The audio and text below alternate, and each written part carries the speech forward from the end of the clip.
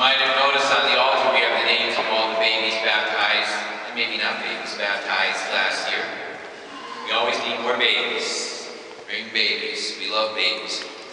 And if you're on the ball, this marks the end of the Christmas season, so the Christmas scene will be put away for another year at the end of the 11 o'clock Mass. If you want to come back and steal a poinsettia, please do. We're looking to get rid of them.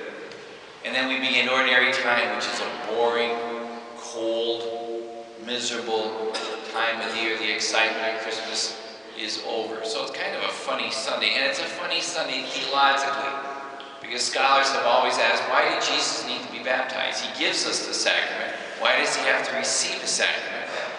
It's kind of a funny day, not a priest's favorite day to preach, but maybe we can make some good points. Just one good point, really. If you were paying attention on the Feast of the Holy Family 2 weeks ago, it said Jesus was 12, and he got into a tiff with his mother about, he kind of ran away from them. He said, don't you know I must be in my Father's house? From that point, at the age of 12, until today, when he appears to be baptized at about the age of 27, we know absolutely nothing about the life of Jesus. Zero. The scriptures tell us nothing from that one incident till he appears to be baptized and begin his 3 years of ministry, which will end up in his crucifixion. We know nothing. Nothing. And what's painful about that is that I think most of us understand that those years, especially 12 to 19, are the most important years of your life. I love watching teenagers. I'm glad I'm not raising one, but I love watching them. The crucible of being a teenager. Am I going to be popular? Am I going to be the athlete? Am I going to be the student? Will I get my license? Will I get asked to the prom? Will I get my first job, my first kiss? And all those things that teenagers go through, that's what life is all about. God bless those of you raising them. I don't know how you deal with it. And we know nothing about Jesus in that era. Was he popular? Was he smart?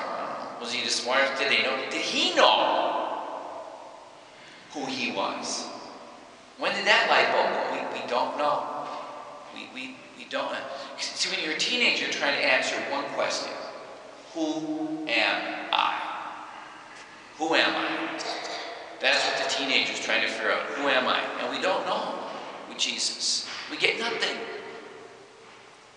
But we don't have to. Because what this gospel passage just taught us is an important lesson. It doesn't matter who you are. It matters whose you are. Whose you are. And it said, this is my son. This kid's mine. The voice comes from him. This is mine.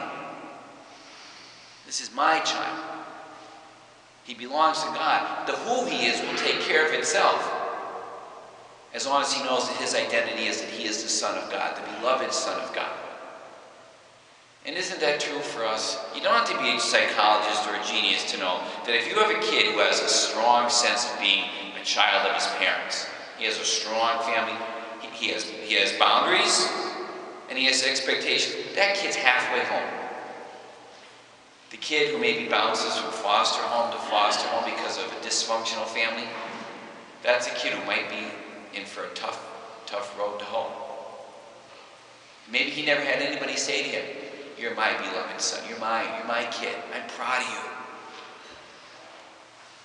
Some kids don't have that.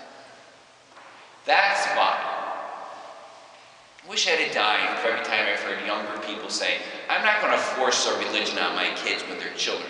I'll let them wait till they're 20-something and they can make that decision themselves. Boy, have I heard that a lot recently. Meaning that kid will never grow up knowing that he is a child of God. He will miss that. Oh. Is it a surprise that the number 2 cause of death among our teenagers is that they take their own life?